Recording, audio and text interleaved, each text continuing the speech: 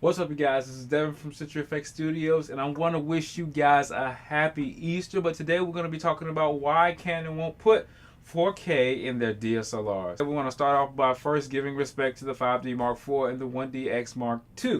I want to first say that I love Canon cameras. I've been using Canon cameras for 10 years. I love the color science. I love the full frame look of the 6D and all the other stuff.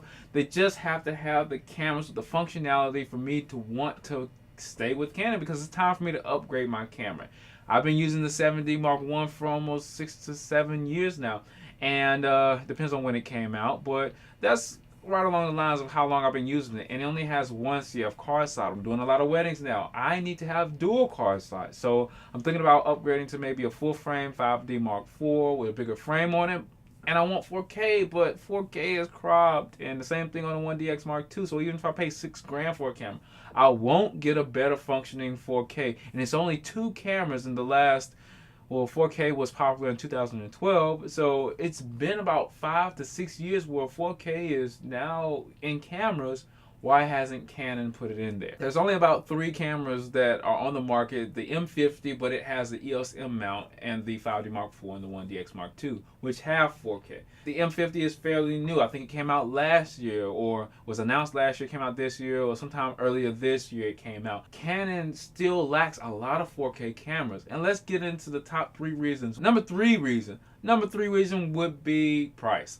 Alright, so you have a whole bunch of Canon cameras in the Canon system. You got the smaller version, the pseudo smaller version of the Canon, the T3Is. These are your T1s and Rebels and all these little smaller cameras that could possibly have 4K but don't have 4K because of the price. Okay, we can't manufacture 4K in cameras that cheap. Okay, I understand that. Well, let's use an example of a smaller company that is not as popular with cameras that has 4K.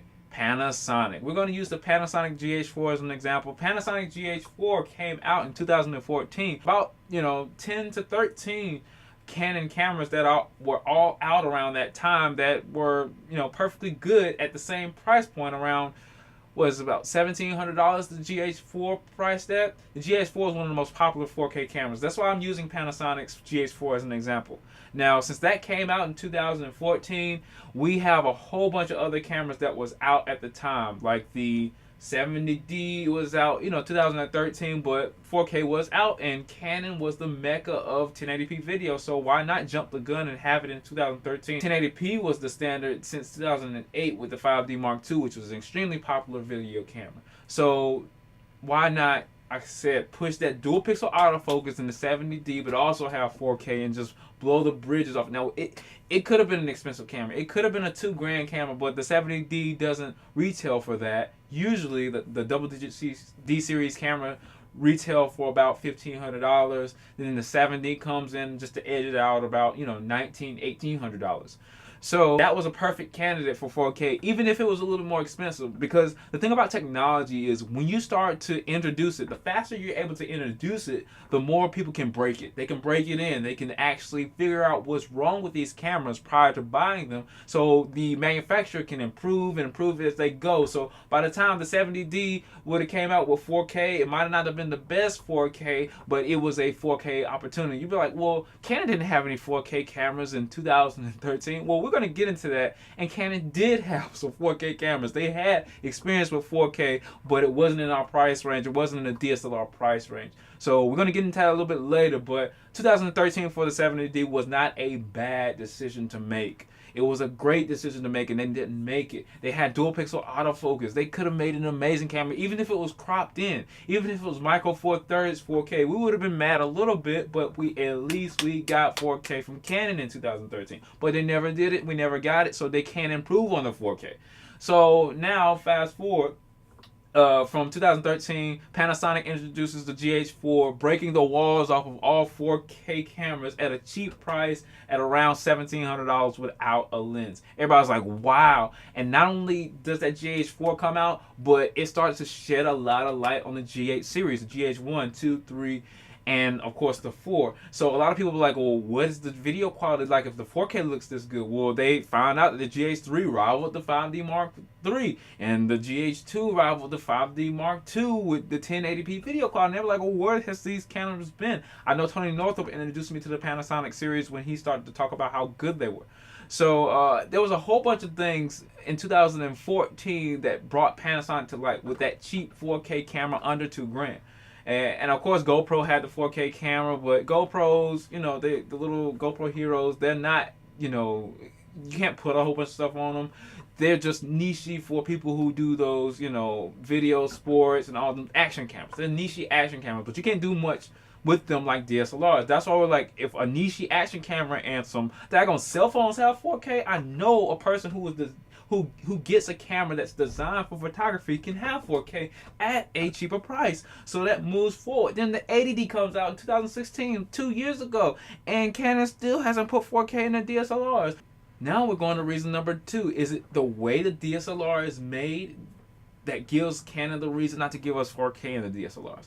And people started to hypothesize and say that, oh, well, the motion JPEG is a compressed format and it allows the DSLR to do this. It keeps the DSLR from overheating. The Sony cameras are overheating with the 4K, and even though Sony was beating Canon to the 4K punch, they had a whole bunch of problems like battery power and the amount of memory that was trucking in. And I'm pretty sure Canon went through this problem before, because they did have 4K cameras at the time. They did have 4K cameras, and only one of their 4K cameras was a DSLR. But for all 13 of the other DSLRs that were on the market in 2012, 13, 14, and 15, 16, 17, and now 18, only 2 cameras through that, 5-year stretch were able to actually have 4K video under the price of $6,000, and it's not the 1DX Mark II. That was reason number 2. So I don't think Canon had a lot of issues with presenting 4K to the masses, because they had the ghost of the cinema line, which is the 1DC, which is a hybrid cinema DSLR, which can do great pictures and can also do some nice 4K. Now, it'll eat a lot of memory, but the fact that a company is actually listening to the customers, no matter how expensive it is, or no matter long as it matches the format, if you can get it in a decent price, we would understand. DSLRs are so great because you can take them pretty much anywhere. People are used to seeing them. You have accessories that work well with them, but not having 4K is really like shooting all the Canon users in the foot. Now everybody has to either buy the 1DX Mark II or the 5D Mark IV or the EOS M50, where the EOS M50 has an M mount, and a lot of people don't have M mount lenses. They either have EOS or EF lenses, but Canon knows this.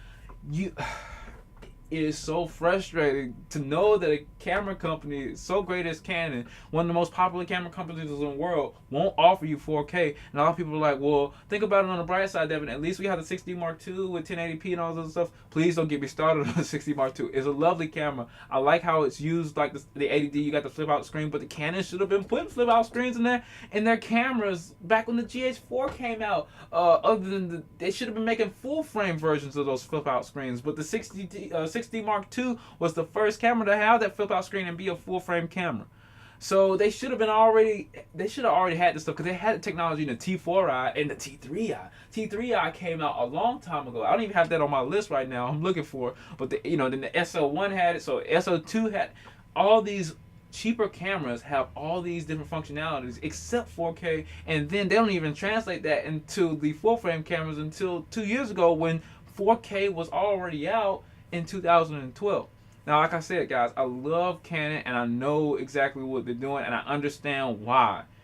Now, out of all these years, why they don't have it, and I know people were saying it, people kept telling me this, and I wanted to ignore it, but the reason number 1 why Canon does not have 4K in their DSLRs or cheaper bodies is because of the cinema line.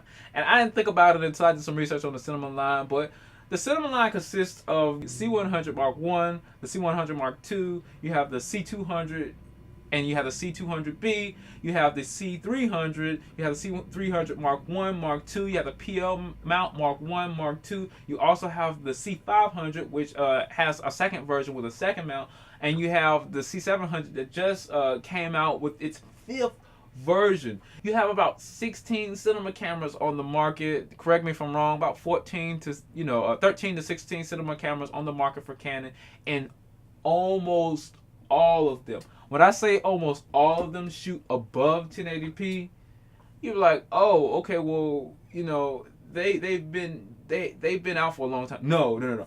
The cinema camera lineup was introduced in 2011, back before the 70D came out. That's when that came out. So basically, after the 5D made everything popular, 2008, 2009, 10, 11, that 4-year cycle. Canon works their full-frame cameras off on a 4-year cycle. So once that 4th year cycle came out, they're like, hey, you know what? Let's make them cinema cameras. And then we're going to have our first camera, the C100. I think it had 1080p, and then you could, add some stuff to it. Correct me if I'm wrong if you're a cinema camera shooter. I don't have enough money to afford them, but I have seen the C100 in action. It's a great camera. And then they had the C200 that came out with 4K. The C300 also came out before that. It had 2K, I believe, in 2011. And then, of course, by 2012, they had the C500. The 2012 brought the C500 with 4K in it. It had 4K in it. At the time, the 70D wasn't out yet. It got introduced in 2013. And then you had the 70 Mark II that came out with the C500 still in the higher price range. But these two cameras, the 70D and the 70 Mark II, should have had 4K. If they had 4K in their C500, the system doesn't really change. The screen pretty much looks almost exactly like the DSLR screen on the back of the C100, so the software really doesn't change. Matter of fact, the 1DC that came out in 2011, I believe, the 1DC that came out in 2011 was almost a carbon copy of the 1DX Mark I. They had the same booklet and everything. That you just flipped over the booklet, and it was the 1DC. The only thing they did, only thing that they did with the 1DX was take out the video part of the software, all the 4K, and I think they had the 2K on the 1DC as well. They just stripped the video part out of it. I think up the buffer and the processor, and now it's only a photography camera. I wonder if somebody can hack it. Can they? If somebody hacked it, could they make it into a 1DC? But I don't encourage you to hack. I'm just saying it's an extremely close camera. I'm pretty sure after everybody hacking the 5D Mark II with Magic Lantern, that Canon wanted to make our software unhackable with the 1DC and the 1DX Mark II. Mark I. So, with all that being said, they're trying to protect this cinema line. Filled with 13 to 16 cameras that all cinema, they all do above 1080p. Why do we have 13 DSLRs on the market, and only 2 of them have 4K? And we kind of took the 1DC out because the 1DC still right now, it's probably, you can find it probably for $3,000, but that's still around the price of a 5D Mark IV. And if you want to put that in there, you can, but there's only still 3 cameras out of 14 cameras that are DSLRs that don't have 4K. If Panasonic can introduce a $1,700 camera with 4K, why can't Canon do it? Canon introduced 4K for us for $3,500 with the 5D Mark IV, and 5D Mark IV is a great camera, but the motion JPEG is bad. Like I said, if Canon were to introduce 4K with the 70D like they should have, and the dual pixel autofocus, they would have killed the market just like they did with the 5D Mark II in 2008. I really think Canon is just trying to protect their cinema line.